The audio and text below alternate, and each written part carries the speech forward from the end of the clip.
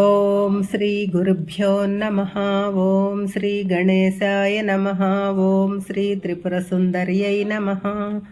ఓం శ్రీ లలితా సహస్రనామార్ధ చంద్రికా. 102వ నామం విష్ణుగ్రంథి విభేదిని. అంటే విష్ణుగ్రంథి అనాహత చక్ర ప్రాంతంలో కొద్ది పైన ఉంటుంది. విష్ణుగ్రంథి విభేదన అయినప్పుడు సూక్ష్మ శరీరము కంటే వేరుగా కారణ శరీరము ఉంటుందని తెలుస్తుంది. అప్పుడు విష్ణుమాయ తొలగుతుంది. ఉద్వేగ ఆవేశాలకు వడపోత జరిగి అది ఉత్తేజ ఉత్సాహాలుగా మారిపోతాయి. యోగ సాధన ద్వారా మనలోనున్న అహంకారాన్ని, ఆశలను, విషయ వాంఛలను ఛేదిస్తే విష్ణుగ్రంథి విచ్ఛేదనము జరుగుతుంది. ఈ విష్ణుగ్రంథి విభేదనతో నిజమైన యోగ సాధకుడు ఎప్పుడూ ఉత్సాహంగా, ఉత్తేజంగా ఉంటాడు. ఆజ్ఞాచక్రాంతరాళస్థ. కనుబొమ్మల మధ్య 2 దళములు గల పద్మాకారంలో గల ఆజ్ఞాచక్రంలో నివసిస్తుంది ఆ తల్లి. ఇక్కడ విశ్రాంతి, వికల్పము లేని స్వచ్ఛమైన మనస్సు వర్తిస్తుంది. అంతవరకు తెలియని విషయాలకు కొంతవరకు సమన్వయము కుదురుతుంది. రుద్రగ్రంథి విభేదిని. ఆజ్ఞాచక్రస్థాన ప్రాంతములో కొద్దిగా పైగా ఈ గ్రంథి ఉంటుంది. విష్ణు గ్రంథి భేదనము అయిన తరువాత సాధకుడు తన యోగ సాధనలో ప్రపంచమంతా మరిచిపోయి ఆ తల్లికి ఆత్మార్పణ చేసుకున్న తరువాత రుద్రగ్రంథి భేదన అవుతుంది. సాధకుడు సాధనలో రుద్రగ్రంథి భేదనము చేసుకున్నప్పుడు దూరదృష్టి, దూర శ్రవణము రెండూ సిద్ధిస్తాయి. జీవభావం పోయి అన్నీ సమానంగా కనిపిస్తాయి. వారు ఆ విధంగా చూసేవారు సమయాచారులు. సహస్రారాంబుజారూఢ. సహస్రార పద్మాన్ని అధిష్ఠించినది సాధకులు. ఈ గ్రంథుల భేదనము తరువాత అమ్మవారి అపార కరుణకు పాత్రుడై సృష్టికి సంబంధించిన మాయను దాటి సహస్రారంలోని అమృతమయ స్థానానికి చేరుకోగలుగుతాడు. సహస్రారంలో శివునితో కలిసి శక్తి కలయిక సాధకునికి యోగ లక్ష్య సిద్ధిగా ముక్తిని ప్రసాదిస్తుంది. సిద్ధులు, యోగులు వారి కుండలిని శక్తి ఏ స్థితిలోనే ఉండిపోవటానికి ఇష్టపడతారు. సుధాసారాభివర్షిత. అమృతాన్ని ధారావర్షముగా కురిపించున్నది అమ్మవారి పాదస్పర్శ వల్ల ద్రవించిన అమృతం సహస్రారం నుంచి ధారాపాతంగా వర్షింపబడుతుంది.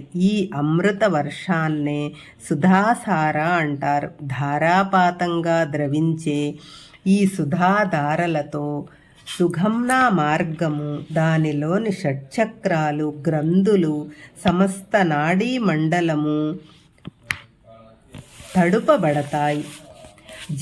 జీవనమంతా అమ్మవారి చైతన్య అనుగ్రహాల మీద ఆధారపడి ఉన్నదని, సమస్తము ఆమెనని జ్ఞాన దృష్టి చేత గ్రహించి తదనుగుణంగా నడుచుకున్న వారే జీవన్ముక్తులు. తటిల్లత సమరుచి. ఆ తల్లి మెరుపు తీగతో సమానమైన కాంతితో దర్శనమిస్తుంది. వెన్నుముకలో ఉండే ఇడా పింగళా నాడుల మధ్య సహస్రారం దగ్గర నుంచి మూలాధారం వరకు ఉండే సుగమ్నా నాడి కూడా ఇలాగే అత్యంత కాంతివంతంగా ఈ సాధనా ప్రక్రియలో మిరుమిట్లు గొలుపుతూ ప్రకాశిస్తుంది. షట్చక్రాలను భేదన చేసుకొని మెరుపు తీగవలే సహస్రారానికి చేరుతుంది. షట్చక్రోపరి సంస్థిత.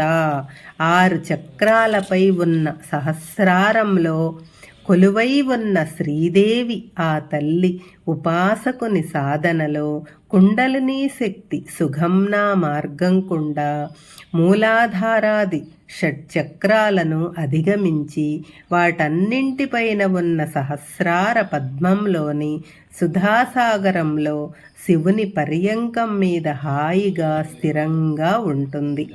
కాబట్టి షట్చక్రోపరి సంస్థిత ఈ నామాన్ని అర్థం చెప్పుకోవచ్చు.